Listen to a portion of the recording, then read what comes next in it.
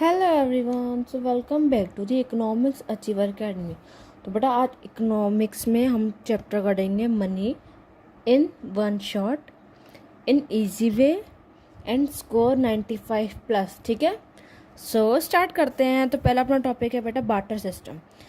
बेटा barter system क्या है? जब मनी इन्वेंट नहीं हुआ था तो बार्टर सिस्टम चलता था। तो उसको अपन कहते हैं meanings of barter exchange. Barter exchange refer to exchange of goods for goods and economy where there is a direct barters of goods and service is called barter exchange और CC economy where C stand for commodity.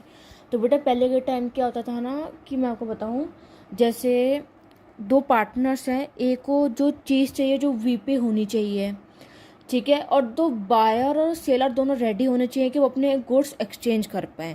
But जब situation दोनों की same होती है, जैसे मतलब ए को चाहिए एप्पल और बी को भी चाहिए बनाना, तो अगर जैसे ए के पास एप्पल है तो बी की सेटिस्फेक्शन होगी, और बी के पास वो एप्पल्स हैं और उसके दोनों की सेटिस्फेक्शन होगी, तो मतलब ये बार्टर एक्सचेंज पहले के टाइम ऐसे होता था। लेकिन ये ज़्यादा समय तक चला नहीं, तो अपनी क्या आ गई मनी, फिर मनी आई, फिर ऑनलाइन पेमेंट्स होना स्टार्ट हो, तो मतलब कार्ड्स वगैरह आ गए। तो ये कैसे ख़त्म हुआ? सबसे पहले बेटा लिमिटेशंस आप कुछ बार्टर सिस्टम की होती थी बेटा, डबल को इंसिडेंस ऑफ वॉन्ट्स। ये जो मैंने अभी बताया वही होता है। ये तभी वर्क करता है जब बायर और सेलर के पास दोनों सेम प्रोडक्ट हो जो जिसको चाहिए, तभी ये काम करता था। अब lack of common measure of value in the barter system, all commodities are not equals of value. मतलब देखो, जैसे यहाँ क्या होता था ना कि जैसे मनी में तो अपन कुछ चीज़ परचेज करनी होती है तो अपन हाल वो चीज़ परचेज कर लेता, लेकिन पहले के टाइम ऐसा नहीं होता था। किसी की चीज़ एक्सपेंसिव होती थी तो किसी की चीज़ वो नहीं होती थी, तो ये लोग ना अच्छे से बार्टर सिस्टम नहीं कर पाते, तो उनकी लड़ाइयाँ होती थी, झगड़े होते थे। तो ये कहते हैं रिफंड रख लो, वो कहते हैं स्टोर करके रखो। तो बेटा कुछ चीज़ होती है जो स्टोर करके नहीं रखी जाती। अपन मनी स्टोर कर सकते हैं लेकिन कभी अपन फ्रूट्स अगर स्टोर नहीं कर सकते, ठीक है। और lack of standard of deferred payments की बहुत प्रॉब्लम आती थी। Lack of store of value, यह भी बताया कि अपन हर चीज़ स्टोर करके नहीं रख सकते थे, जैसे फ्रूट्स वगैरह हुए। फंक्शंस ऑफ मनी बेटा प्राइमरी और सेकेंडरी। प्राइमरी होता है मेन और बेसिक फंक्शन, और सेकेंडरी होता है सब्सिडरीज फंक्शन और डेरिवेटिव फंक्शन कहते हैं। अब प्राइमरी में आपका बेटा मोस्ट इंपॉर्टेंट होता है मीडियम ऑफ एक्सचेंज और मेजर ऑफ वैल्यू। अब सेकेंडरी होता है store of value and standard of deferred payment, ठीक है। और जो मेजर ऑफ वैल्यू होता है उसको यूनिट ऑफ वैल्यू भी कहते हैं और यूनिट ऑफ अकाउंट भी कहते हैं। बेटा मैं एक बार और मनी चैप्टर की पूरी एक अच्छी सी वीडियो बनाकर डाल दूंगा, जिससे आप एक बार रीड कर लेना। कोई भी डाउट है आप कमेंट सेक्शन में डालना, मैं आपका डाउट पक्का क्लियर करूँगी, ठीक है। इकोनॉमिक्स को अपन बहुत इजी वे में कहेंगे। और स्टोर ऑफ वैल्यू को कहा जाता है assets function of money. Medium of exchange, major of value, store of value, standard of deferred payment. बेटा डेफिनेशन ऑफ मनी, बेटा मनी है क्या?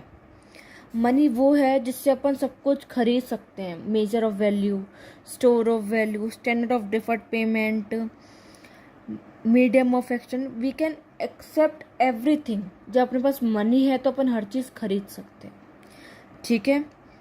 अब मनी होते हैं लीगल टेंडर मनी, ठीक है। अब ये दो टाइप के होते हैं, एक में होती है लिमिट, एक में होती है अनलिमिट। बेटा लीगल टेंडर मनी होता क्या है? Money which can be legally use to make payments of debits और other obligations is term as a legal tender money. इसका मतलब क्या हुआ मैम? बेटा लिमिटेड और अनलिमिटेड में क्या फ़र्क था? बेटा जो लिमिटेड था ना वो आप एक लिमिट के अंदर यूज़ कर सकते थे। जैसे आप कॉइन्स है, कॉइन्स की एक लिमिट होती है, आप लिमिट से ज़्यादा यूज़ नहीं कर सकते। बेटा अनलिमिटेड होता है, आप मनी जो नोट्स होते हैं वो आप कितना भी यूज़ कर सकते हो, कोई प्रॉब्लम नहीं है। लेकिन कॉइन्स में आपकी लिमिटेड रहती है, ठीक है। अब नॉन लीगल टेंडर मनी और optional money, it refer to form of money which is generally accepted but legally one is not bound to accept it. जैसे जब आपका चेक बाउंस हो जाए, bank draft, bills of exchange do not have legal backing and their acceptances is totally optional, ठीक है। Bank money bank money refer to demand deposit created by commercial bank. बेटा money supply क्या होता है? Money supply क्या होता है? Money supply held by public only. जब बेटा कुछ अपन खरीदेंगे तो मनी तो सप्लाई होगी अपनी। चलो डेफिनेशन पढ़ते हैं। It does not include money creating sector और producers, suppliers of money, government and banking system as cash balance held by them do not come to actual circularisations in the country. ये एक stock concept है with a particular point of time. Currency with public, it consists of money, paper notes and coins held by the public. ठीक है। Demand deposit with bank, it refer to demand deposit और bank money of the public with commercial bank. ठीक है। Measure of money value बेटा 4 type के होते हैं, M1, M2, M3, M4। Currency with coins with public, demand deposit of commercial bank, other deposit with RBI। ठीक है। अब M2, M1 plus saving deposit with post office saving bank, M3, M1 net time deposit with banks, M3 total deposit with post office saving bank excluding NSC। ठीक है। Important facts about money supply. The 4 measures of money supply represent different degrees of liquidity, with M1 being the most liquid and M4 being the least liquid. M3 is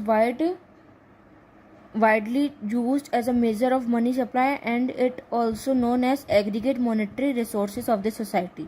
M1 and M2 are generally known for narrow and money supply concept, whereas M3 and M4 are known as broad money supply concept. RBI released data on money supply in India.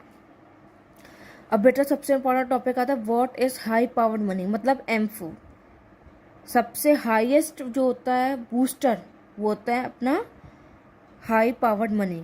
High powered money is money produced by RBI and the government. It consists of 2 things: currency held by the public and cash reserve with the bank। ठीक है, लिखा है ना। For monetary system in India refers to power booster. ठीक है, power boosters के आगे दिए हैं।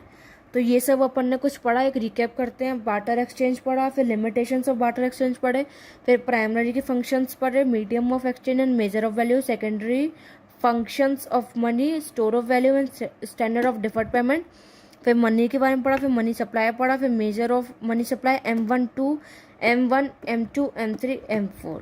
So thank you everyone. In next part मैं आपको पूरे इसकी एक वीडियो बनाकर डाल दूँगी जिससे आप एक बार रीड करना। तो score 95+, economics in very easy way. Thank you everyone.